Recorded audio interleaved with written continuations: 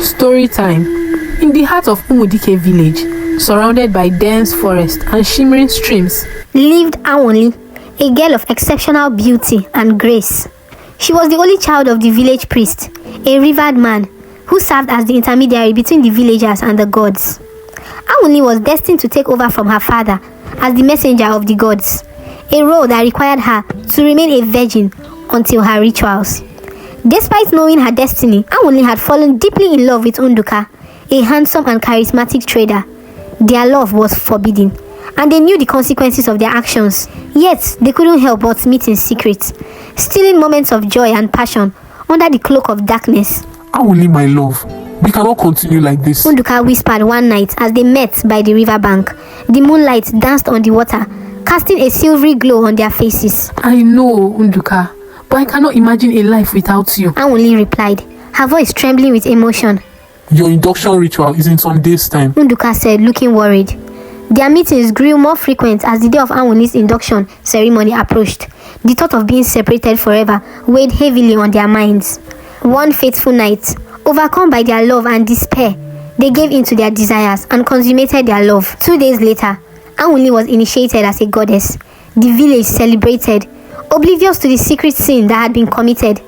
However, the gods were not to be deceived. The next morning, while the villagers had their day-to-day activities, the village maidens walked to the stream to fetch water and were discussing and laughing, some kids playing in the background. Suddenly, a gust of wind blew and the water turned red immediately, flowing like a river of blood. They screamed and fled back to the village, their faces pale with terror. The king summoned the village priest immediately.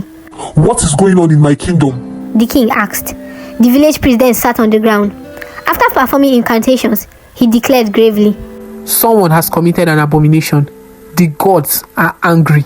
Fear spread through the village of Umudike because nothing like this had ever happened before. That night, Awoni and Unduka met in secret again. Do you think this is because of us? Awoni asked, her voice quivering with fear. Unduka tried to calm her. We will find a solution. Don't worry.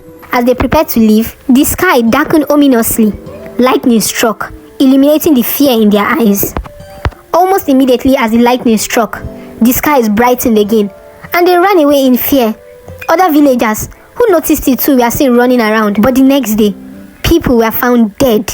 Mourning and fear gripped the village once more. Village priests performed more sacrifices to appease the gods, but their anger seemed to not subside.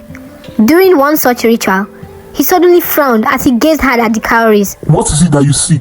The king impatiently asked. The village priest jolted and stammered as he looked at the king. Fear was evident on his face. The gods have had us, but they are still angry. He said and stood up. I'll take my leave now. He said, getting up and walking away with Awoni following closely behind. Once inside their hut, the village priest turned to his daughter and slapped her hard across her cheek. She was shocked. Why did you do it? He demanded. Do what? Awoni asked, scared. You are no longer pure. The village priest said. After much hesitation, Awoni confessed. I am no longer a virgin, father. The village priest was devastated. Awoni had held the sacred umpo, which no impure person should ever touch. He then ordered her to keep her secret to herself, while he finds a solution. Unfortunately, Ibe, the village drunkard, was passing by and overheard their conversation. He then ran to report it to the king. Because of his reputation, nobody wanted to believe him. Some months later, an emergency meeting was called at the village square. The king addressed the villagers, recounting Ibe's claims. The village priest vehemently denied the accusation. My daughter is pure, he argued. She would have been struck dead if she held the umpo while impure. As the villagers deliberated and murmured within themselves, Ibe was brought in dead, carried on a mat. Unduka was also being dragged into the village square, forced to his knees. Suddenly, a seer walked in. The village priest bowed, recognizing his superior. The seer then looked at the village priest and berated him for covering up his daughter's sin. You have misled the people to protect your daughter, he declared. But the truth must be revealed. The seer then recounted how the village priest had once slept with a maiden before his induction, resulting in a child.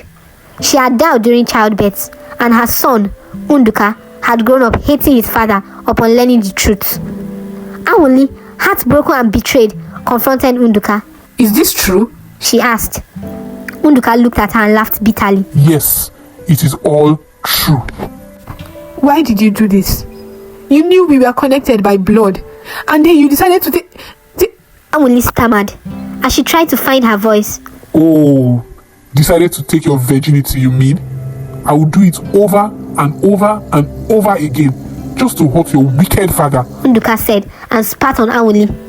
Immediately, Anwuli's once happy face turned to sadness and then anger. Overcome with rage, Anwuli slapped Unduka. Unduka retaliated, pushing her to the ground. The villagers gasped in shock. The village priest sat there, shocked with the revelations. He then admitted his sins. I admit to knowing and loving Ifoma, and we had an affair some days after my induction. After some time, she just disappeared. I searched everywhere for her and I asked questions, and I never saw her. I never even knew she was pregnant. I had to marry Anwuli's mother, Ijoma, who was Ifoma's friend, because of the traditions in place for a heir to take over from me. The seer looked at him and confirmed the story, emphasizing that 2 wrongs do not make a right. The king then asked, What do we do? After reciting incantations, the seer announced, A male cock, a white goat, and the best palm wine must be offered to the gods by a virgin, which means Anwuli is excluded. Suddenly, Unduka drew a sword and stabbed the village priest. In a fit of rage, without even thinking twice, Anwuli grabbed a sword and stabbed Unduka, her eyes burning with anger. As the blood soaked the ground, the seer declared, The gods are appeased by this bloodshed.